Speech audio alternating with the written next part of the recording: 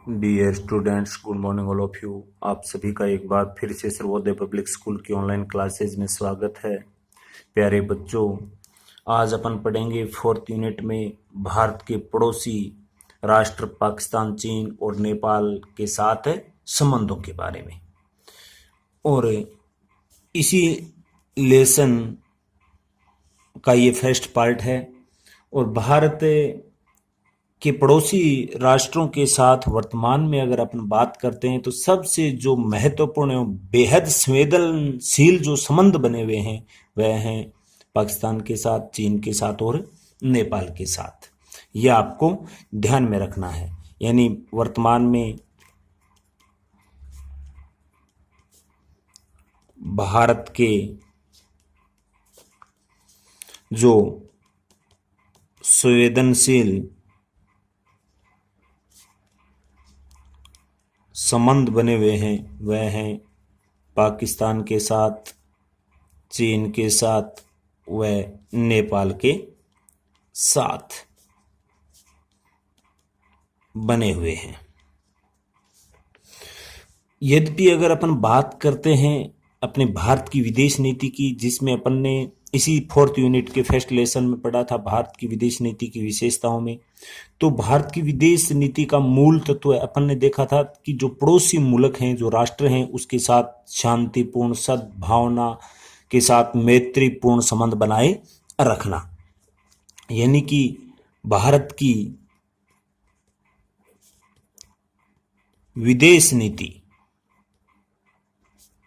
का जो मूल तत्व है, उस मूल तत्व में सद्भावना का, शांति का व मैत्री पूर्ण संबंधों का उल्लेख दिया हुआ है। लेकिन स्थिति इसके विपरीत है बिल्कुल इन देशों के साथ। क्यों है? क्योंकि अपन सब जानते हैं इस प्रकार की जो मैत्रीपूर्ण संबंधों के निर्वहन के लिए एक राष्ट्र पर ये अपन कह सकते हैं कि निर्भर नहीं रहता। इस प्रकार से सद्भाव और शांति मैत्रीपूर्ण संबंध बनाए रखने के लिए दोनों पक्षों पर परस्पर सहमति और उसकी सदिच्छा होना आवश्यक है। यानी कि कोई एक राष्ट्र इस प्रकार की नीति के तहत अपने संबंध लगातार नहीं बनाए रखना। इस प्रकार की नीति के लिए अपन कह सकते हैं शांति व सद्भावना मैत्रीपूर्ण संबंध बनाए रखने के लिए जो पड़ोसी राष्ट्र होते हैं, दोनों राष्ट्र, अर्थात मैं लिख सकता हूं दोनों पक्षों, यहां दोनों पक्षों का अर्थ हो गया दोनों देशों के मध्य में ये शांति सद्भावना पर आधारित मैत्रीपूर्ण संबंधों का निर्वहन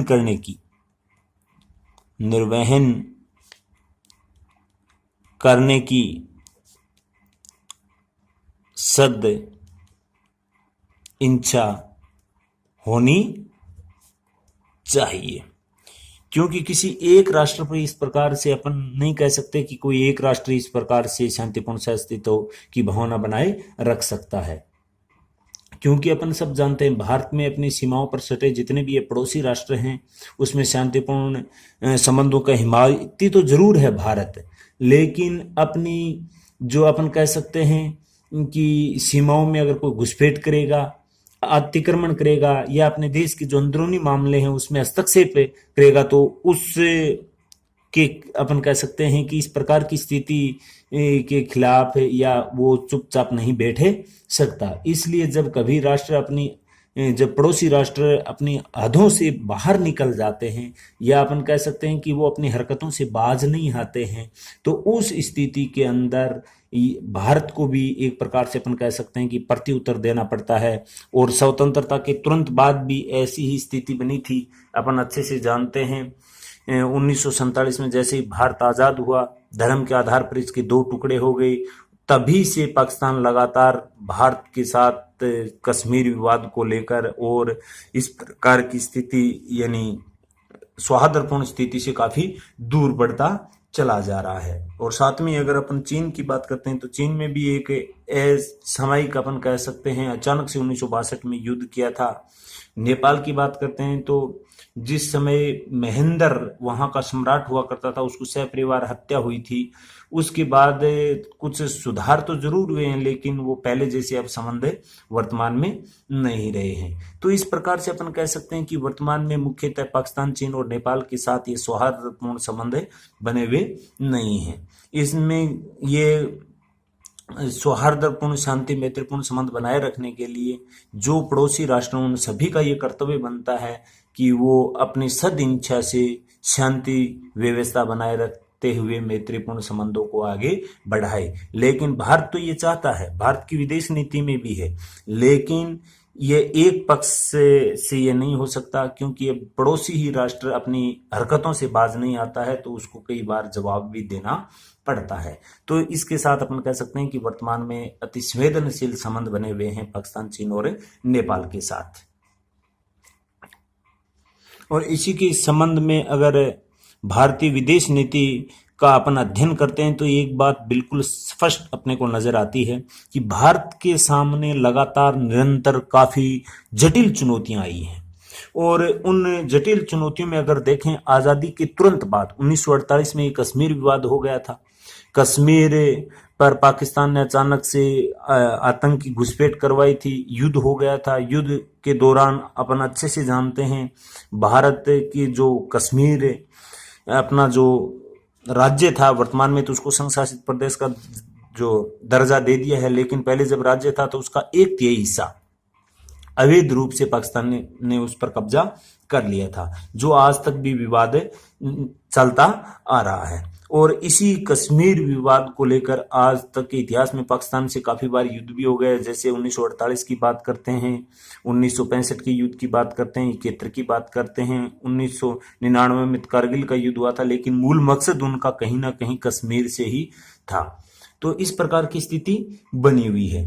साथ में अगर बात करते हैं जो पड़ोसी राष्ट्रों के साथ जहां पुराने मैत्रीपूर्ण संबंध थे, जैसे चीन के साथ, नेपाल के साथ, किसी समय भारत और चीन के मध्य हिंदी चीनी भाई भाई के नारे लगे थे, पंचशील का समझौता भी हुआ था चाउ एन लाई और भारत के प्रथम प्रधानमंत्री पंडित जवाहरलाल नेहरू के मध्य में 1954 में।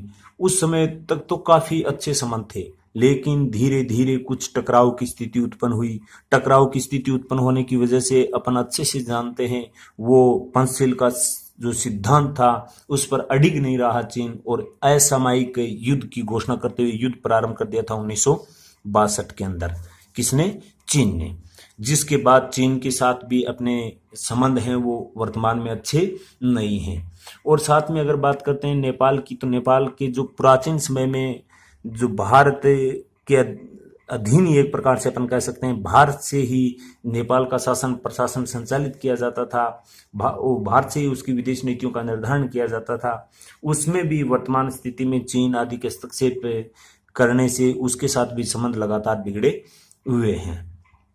इसी संबंध में अगर अपन बात करते हैं श्रीलंका के बारे में, श्रीलंका में भी उभय पक्षीय संबंधों के बीच में तनाव जैसी स्थिति उत्पन्न हुई है। राष्ट्रीय सुरक्षा को जोखिम का सामना करना पड़ रहा है। इसकी वजह से श्रीलंका में सांप्रदायिक जो गृह युद्ध हो, या बंगाल का संघर्ष हो, या भूमिबद्ध नेपाल की अभ्यारण्य के रूप में इस्तेमाल कर भारत में अलगाव को प्रोत्साहित करने की बात हो, ये सभी के सभी अगर अपन इन मुद्दों की बात करते हैं तो ये विदेश नीति का एक प्रकार से अपन कह सकते हैं सरदर्द बना हुआ है। कहीं ना कहीं ये भारतीय विदेश नीति, ये जो शांतिपूर्ण, सद्भाव, मैत्रीपूर्ण की जो विदेश नीति है, उसमें कहीं ना कहीं ये एक प्रॉब्लम का विषय बना हुआ है।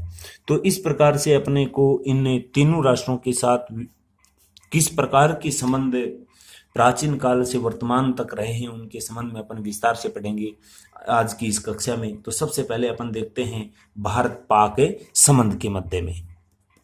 भारत पाक संबंध, भारत पाक संबंध की अगर अपन बात करते हैं तो एशिया महाद्वीप में ब्रिटिश उपनिवेशवाद की समाप्ति हुई थी 1947 में, क्योंकि अपन सब जानते हैं 15 अगस्त 1947 को भारत आजाद हो गया था, और ठीक एक दिन पहले 14 अगस्त को पाकिस्तान आजाद हो गया था। और भारत से या अपन कह सकते हैं एशिया महाद्वीप में जो काफी बड़े भूभाग पर ब्रिटिश सरकार का जो शासन था, या अपन कह सकते हैं ब्रिटिश उपनिवेश का जो अंग था, वो एक प्रकार से समाप्त हो गया था। ब्रिटिश उपनिवेश वाद की समाप्ति हो गई थी, लेकिन एक नए सिरे से युद्ध जैसी स्थिति या संघर्ष की स्थिति उत्पन्न हो गई थी। वो हो गई थी भारत और पाक के रूप में, क्योंकि अपन सब जानते हैं कि ब्रिटेन का एक हमेशा से नीति रही है फूट डालो और राज करो की नीति, और उनमें वो लगभग सफल भी रहे हैं। काफी समय तक भारत पर लगभग 200 वर्षों तक शासन किया। जाते जाते भारत को सांप्रदायिक के आधार पर अलग कर एक प्रकार से एशिया महाद्वीप में एक स्थायी संघर्ष जैसी स्थिति उत्पन्न कर गए। और इसी के परिणाम स्वरूप अपन अच्छे से जानते हैं कि इस क्षेत्र में शांति शब्द का अब बिल्कुल लोप होता नजर आ रहा है। यह संघर्ष है दो पड़ोसी देशों के मध्य में, और किन दो पड़ोसी देशों के बीच में वो अपन सब जानते हैं। एशिया महाद्वीप में 1947 के बाद ब्रिटिश उपनिवेशवाद के बाद जो ये संघर्ष की स्थिति बनी है, वो बनी है भारत व पाकिस्तान के मध्य। और जिसका मूल में अगर अपन जाते हैं तो पाकिस्तान की जो उत्तेजक आतंकवादी घटना है, जिसमें आतंकवाद के संबंध में अपन ने विस्तार से पढ़ा था। आतंकवादी गतिविधियों के आधार पर सत्ता को समर्थन और साथ में अनुचित परमाणु प्रसार की गतिविधियां, भारत पाक की अगर अपन प्रकृति से सही समझने की अगर अपन बात करते हैं तो उसके विभाजन में कुछ ऐसे तथ्य हैं जिनको समझना आवश्यक है। क्योंकि भारत और पाकिस्तान का जो विभाजन हुआ था, जो दो समुदायों के बीच में आपसी घृणा के आधार पर हुआ था, दो समुदायों के मध्य, अर्थात सांप्रदायिकता के आधार पर, सांप्रदायिकता के आधार पर भारत और पाक का ये विभाजन हुआ था। भारत पाक का विभाजन हुआ था, जिससे दो समुदायों के मध्य में घृणा उत्पन्न हुई थी। दो समुदायों के मध्य घृणा, जहां आपसी लगाव होना चाहिए वहां घृणा उत्पन्न हुई थी। अविश्वास, वैमनस्य को उजागर किया गया था ब्रिटिश उपनिवेशवाद के दौरान, विभाजन के समय। उसके बाद से ही पाकिस्तान द्वारा सभी समस्याओं के स्वयं की सुलझ जाने का जो सपना देखा गया था, वास्तव में स्वयं पाकिस्तान ही उसे क्या कर रहा है, उलझा रहा है। एक उस समय सपना तो यह था कि किसी न किसी प्रकार से ब्रिटिश उपनिवेशवाद का अंत हो जाएगा तो यहाँ के क्षेत्र का काफी विकास होगा, यहाँ के लोगों को अधिकार मिलेंगे, यहाँ पर शांति व्यवस्था स्थापित होगी। लेकिन इसका उल्टा ही हुआ, यानी स्थिति बदतर होती गई। और अपन कह सकते हैं कि इस महाद्वीप में एक प्रकार से एक स्थायी संघर्ष का सूत्रपात हो गया ब्रिटिश उपनिवेशवाद की समाप्ति के बाद। अब अगर अपन बात करते हैं भारत व जो भारत पाकिस्तान के जो संबंध हैं उसको प्रभावित करने वाली समस्याएं कौन कौन सी हैं, यानी कि भारत पाकिस्तान को प्रभावित करने वाली समस्याएं, तो इसमें कोई एक समस्या तो है नहीं, इसमें अनेक समस्याएं हैं। जिसमें अगर अपन बात करते हैं, जब यह सांप्रदायिकता के आधार पर विभाजन हुआ था तो यह भी एक समस्या थी, यानी विभाजन से उत्पन्न होने वाली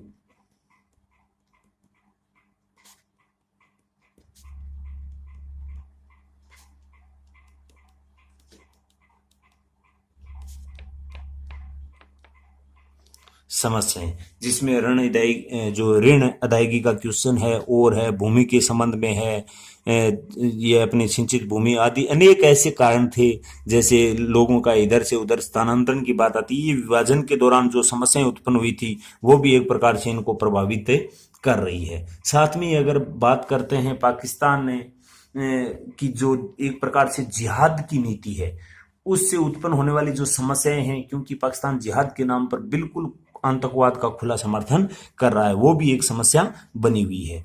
यानी कि भारत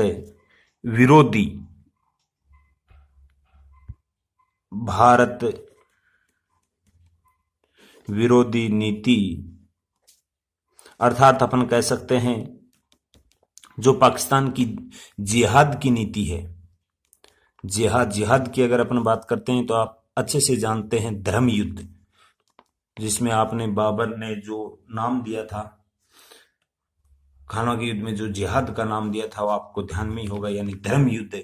धर्म के नाम पर एक प्रकार से बिल्कुल इस प्रकार की समस्या उत्पन्न करना जिससे आतंकवाद को वो खुला समर्थन दे रहा है, जिससे एक प्रकार से इस महाद्वीप के अंदर अशांति लगातार बढ़ती जा रही है, यानी कि आतंकवाद को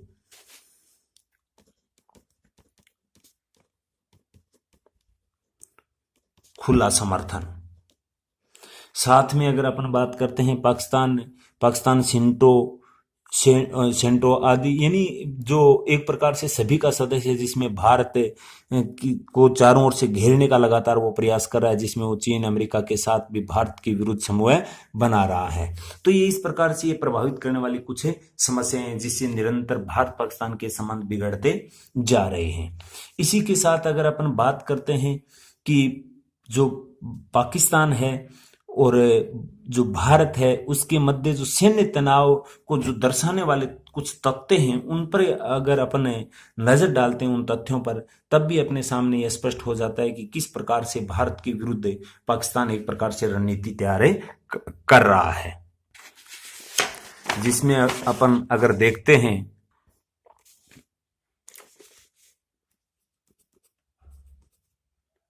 भारत पाक सैन्य तनाव को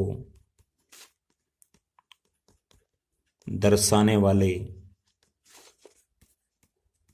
तथ्य, तो उसमें अगर अपन बात करते हैं सबसे पहले भारत और पाकिस्तान की विकास के कार्य में जो जीडीपी है, सकल घरेलू उत्पाद, उसका कितना प्रतिशत दोनों देश अपने अपने क्षेत्र के विकास में, अपने अपने देश के विकास में खर्च कर रहे हैं।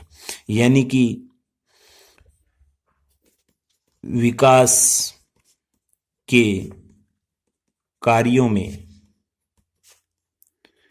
अपनी जीडीपी अर्थात सकल घरेलू उत्पाद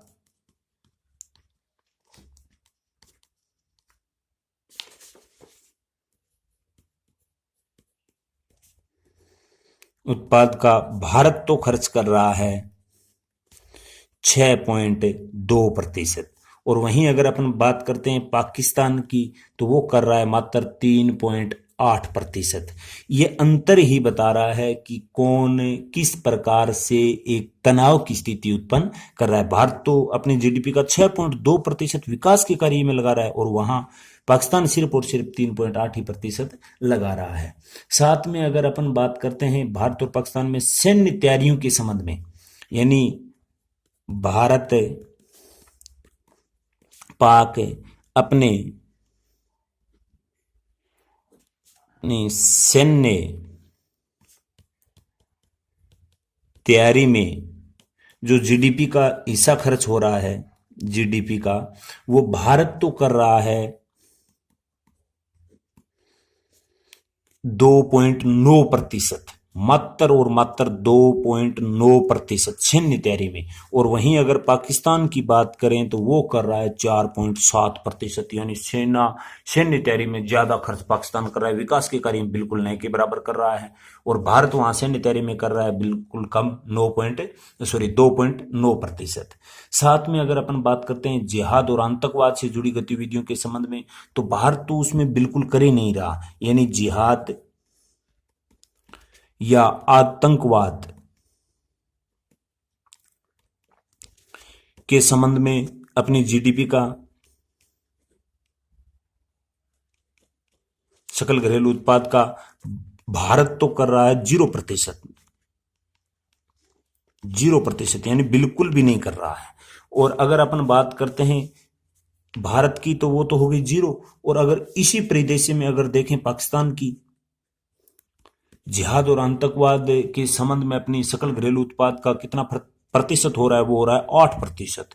देखिए कितना एक प्रकार से भारत में अशांति फैलाने के लिए अपने जीडीपी का कितना प्रतिशत हिस्सा इस आतंकवाद और जिहाद के नाम पर खर्च कर रहा है। साथ में अगर अपन बात करते हैं पाकिस्तान द्वारा जो पाकिस्तान भारत में जो तस्करी के जरिए अवैध व्यापार की अनुचित जो घुसपैठ कर रहा है वो भी एक प्रकार से इनको तनाव की स्थिति को दर्शाता है। साथ में ही इस तनावपूर्ण माहौल को शांत करने के लिए जो अपने जम्मू कश्मीर का सियाचिन सहित जो सीमाओं का इलाका लगता है जिसमें अपने देश की हिफाजत करने के लिए प्रतिवर्ष भारत को 9,000 करोड़ रुपए खर्च करने पड़ रहे हैं।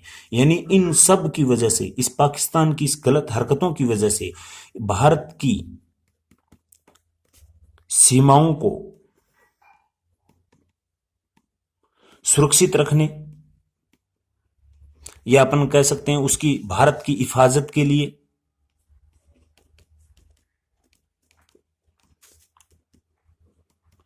जो पाकिस्तान से लगने वाले सियाचिन जैसे क्षेत्र हैं भारत के, उस ऐसी सीमाओं में लगभग भारत 9,000 करोड़ रुपए खर्च कर रहा है। और साथ में अगर अपन बात करते हैं कश्मीर एक भाग जो 1948 में ही जैसे ही आज़ाद हुआ उसके बाद युद्ध के दौरान एक हिस्सा पाकिस्तान ने कब्जा कर लिया था जिसको अपन वर्तमान में पीओके के नाम से जानते हैं, पाक अधिकृत कश्मीर, वो भी एक प्रकार से इस प्रकार की समस्या का कारण बना हुआ है। तो ये हो गई इसके दर्शाने वाले कुछ तथ्य। उसके बाद में विभाजन से उत्पन्न होने वाली जो समस्याएं हैं जिसमें अगर अपन बात करते हैं जैसे विभाजन के बाद हैदराबाद, कश्मीर विवाद,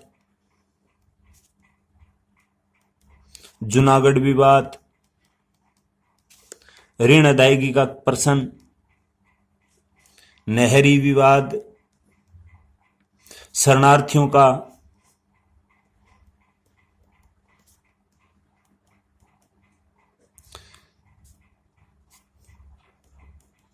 प्रश्न, कश्मीर पर अवैध रूप से कब्जा, ये अनेक ऐसी समस्याएं हैं जिससे ये विभाजन के उपरांत ये समस्याएं उत्पन्न हुई थी, जिसके संबंध में अपन विस्तार से पढ़ेंगे नेक्स्ट कक्षा में, क्योंकि आज का ये वीडियो काफी बड़ा हो जाएगा फिर। तो आज के लिए इतना ही, धन्यवाद।